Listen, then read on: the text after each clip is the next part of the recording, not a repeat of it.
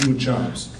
So when I campaigned for governor, I remember in 2003, I said that we would do everything we can to make California a leader in the fight against global warming. And so I want to say thanks to the legislative leaders and the legislators for helping me in that fight. We are now ready to do exactly that. But we also know that California cannot do this alone, and this is why it is very important that we reach out and include as many people as possible. We have, as a matter of fact, included and started working on reaching out to our Western governors and Western states. They will be coming in and helping us to push some regional action. And we are also teaming up with Prime Minister Tony Blair to share research and collaborate in the best market-based mechanisms. And that is why I'm also very, very proud to be here today with Mayor Bloomberg.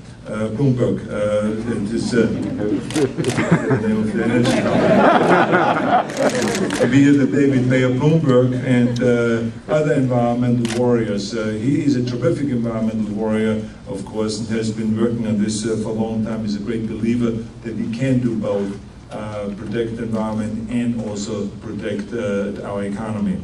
By partnering with the mayor and with others in the trenches of this issue, California will become the model for the rest of the nation and for the world.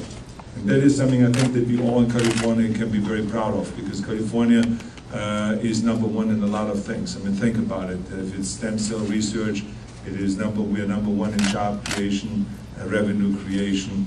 We have the number one university system in the world, and here we are number one in protecting the environment and fighting global warming. So we are a lot of number ones here, and I think there's something that we can be very, very proud of, that we don't wait for the federal government to take the leadership position on this, that we take the leadership position to the 1990 level by the year 2020. What you also see here today is here's companies that are working on creating a new way of energizing the world. And I think to see that, and to go through those labs and to see the kind of work and the intelligence and the creativity and the innovation that goes into that is extraordinary, and it proves, as this company has to create 200 plus new jobs, that you can actually expand and have companies flourish, and have the industry and have the economy boom. And this new technology will be a whole new explosion, and I think there will be many, many companies that will be coming out of this and exploding, so it will create a whole new industry. So I think this is really great, and that everyone really believes in this and works together. So I think there's all kinds of really great news that is here today. Washington, it is unbelievable. They are frozen.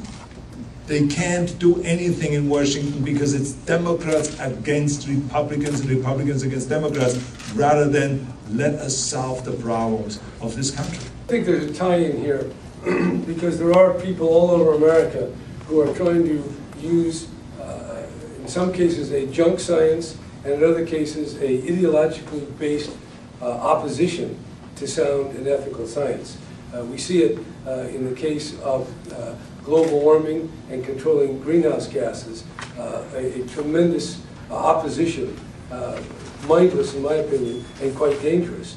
Here we're going to focus on stem cell research and the similar kind of opposition that is opposing it on ideological grounds, solid and progressive stem cell research. This is a very promising technology. Great scientists are working on it. And because of the failures of the federal government, California has had to step in. California has led the way under Democratic and Republican governors alike. Under Governor Reagan, when he was the governor of the state, California obtained an exception to have tighter controls on automobile emissions so that the California air could be cleaned up.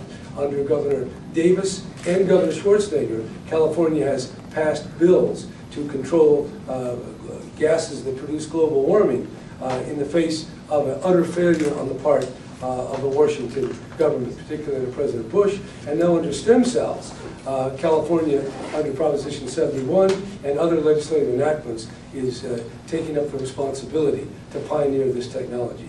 I'm proud to be a supporter. I pledge as Attorney General to fight these lawsuits that are attempting to kill this promising technology, and to do whatever I can to help alleviate suffering through stem cell research. It's not going to happen overnight, but over time, this is a tremendous pathway to relieve human suffering. How would you compare and contrast the state of stem cell research and its promise today with the research on computers and semiconductors and software when you were governor? That's an interesting question. I would hesitate to compare biological research with computer research. Certainly, in 1976 and 1978, I couldn't have imagined the internet or cell phones or the microchip to the extent that information has been brought so cheaply. These massive storage and manipulation of information with these chips. Certainly that was very hard to foresee. Here, similarly in stem cell research, you've heard the hopes and the visions of the possibilities.